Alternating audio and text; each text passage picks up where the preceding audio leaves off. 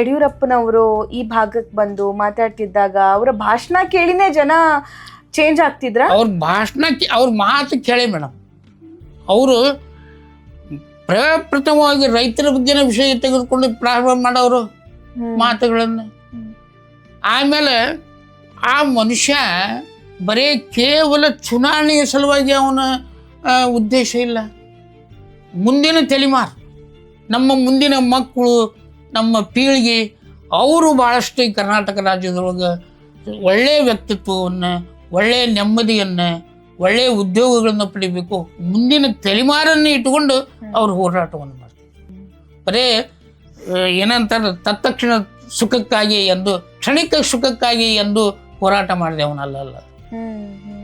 ಅದು ಕ್ಷಣಿಕ ಸುಖ ಎಂದೂ ಬಯಸದವಲ್ಲ, ಆದರೆ ಮುಂದಿನ ತಲೆಮಾರಿನ ಸಲುವಾಗಿ ಅತ್ಯಂತ ಹೋರಾಟ ಮಾಡಿದಂಥ ಒಬ್ಬ ರೈತ ಹೋರಾಟ.